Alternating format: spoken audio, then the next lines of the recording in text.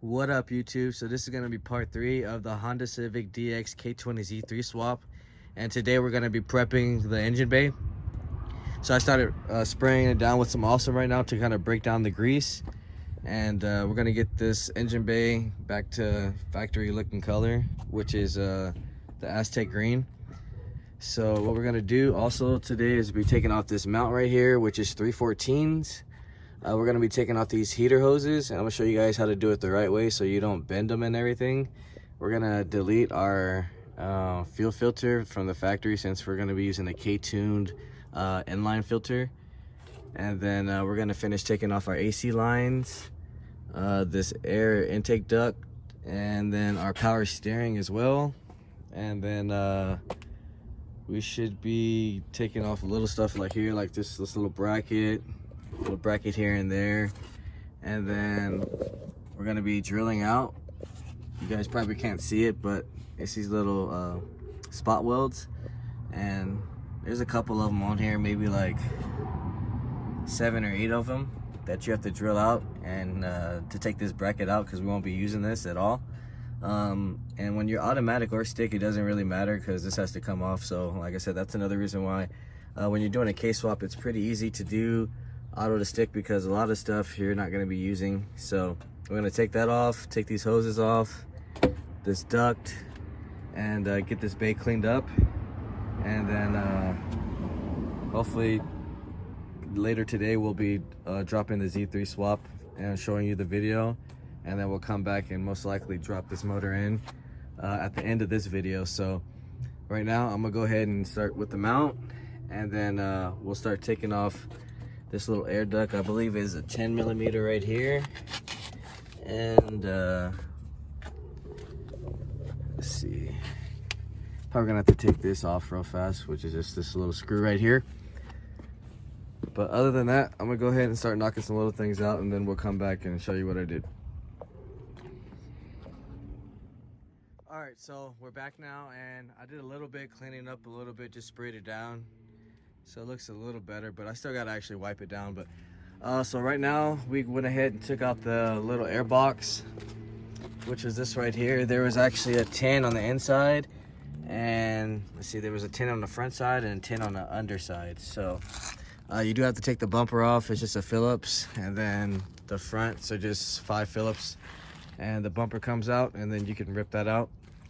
I went ahead and took the rear mount 314s out. I took off the little ground right here, and then right now I just took off the battery so I can show you guys what you need to do to get to the AC lines. So there's going to be 3 12s. There's one right here and then 2 down there. So we'll be able to take this battery tray out, and then we'll be able to get access to the AC lines, which are a 12 and then a 10 millimeter. And we'll get these AC lines out of here so it'll look a little cleaner. And then we're gonna start eliminating our lines we're not gonna be using. So we're gonna be eliminating this line right here, which is our main feed for our fuel line. And we're gonna be taking off all this fuel filter and this map sensor as well, which is just a 10 millimeter. And then the bracket, I believe, is 2 10 millimeters behind there. And then we also got the return, so we'll be cutting that off. And then this is our evap line, I believe. So we'll be trimming all that down with this. And what it basically does, it's a pretty cool tool. You just get it from like AutoZone for like 10 bucks, and it just wraps around, and then you tighten it down, as you can see the little blade, and you just spin around and it'll give you a perfect cut. Other than that, we'll also start taking off our heater hoses. So what you want to do is you want to take these off the clamps, and then just use a razor and slice it down. You want to kind of peel it off so you don't mess up the brass, because it's real sensitive. And so we'll go ahead and take that off, take this off, and then that little bracketry right here, and then we'll come back and show you what we got to do next. All right, so now we got our heater hoses all taken apart. I got my 3 hoses cut down and trimmed, ready for the fuel filter, and we went ahead and got our AC lines off now. So now we can start taking off our power steering. And all we have to do is take this off, which is a 10 millimeter. I believe this is a 17, and these are 14. I think that's a 14, and this one might be a 12. Sorry. So 12, 17, and 14. We're probably just gonna loop the rack and have it run on its own, since it'll be kind of like a manual type setup. So we got to take off this reservoir as well. I already took off the 10 millimeter right here and right here. So we're just gonna basically get the rest of this lines off that goes all the way to the front right here. So we're gonna take all that off, and let's see what else we have to do. Oh, and the AC lines. So we got to take off this condenser or evap, and then we'll take off this little AC line right here to finish that off. And then after that, we can start getting ready to drill out our spot welds, so we can take this mount off, and then we'll go ahead and start cleaning it again with some soap and go over everything so we can have it ready to drop the K20Z3 in. So gotta go ahead and knock out the power steering lines, and then the AC and condenser or evap, and then we'll come back. All right, so we're back now, and as you can see, we took our power steering lines off, and we got our AC evap taken out, and I went ahead and started cleaning it a little bit more. So the engine bay actually looks really, really good now for being 28 years old. Dirt is literally just been sitting here. I still got to do a little bit more cleaning, but so far so good. Next thing we can actually start getting to now is we still got this little bracket right here I'm gonna take off from the power steering. We got to take this off now as well, so we're gonna start drilling that out, and that'll be basically it for getting the engine bay prepped. And then we can get the new bracket on here for the K series, and I can show you guys. Also, we're gonna take this out.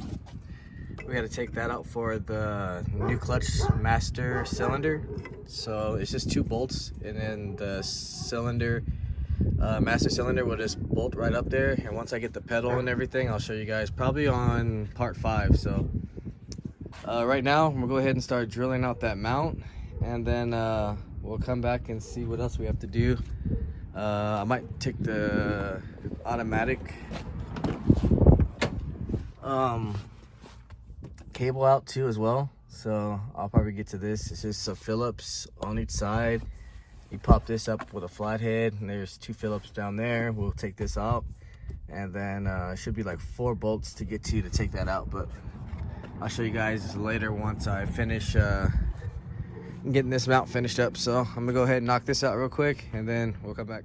All right, so we are back now, and we got our mount taken off. Johnny went ahead and finished that up real quick, and we're basically almost ready to drop the K20Z3 in. I took that out earlier. I'll show you guys the motor real fast.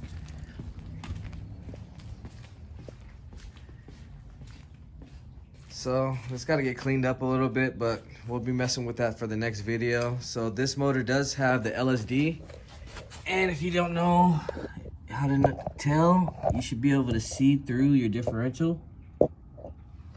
If it doesn't have LSD, I'll have a bar in there. So these have like 197 horsepower in 2006, but realistically these motors are underrated.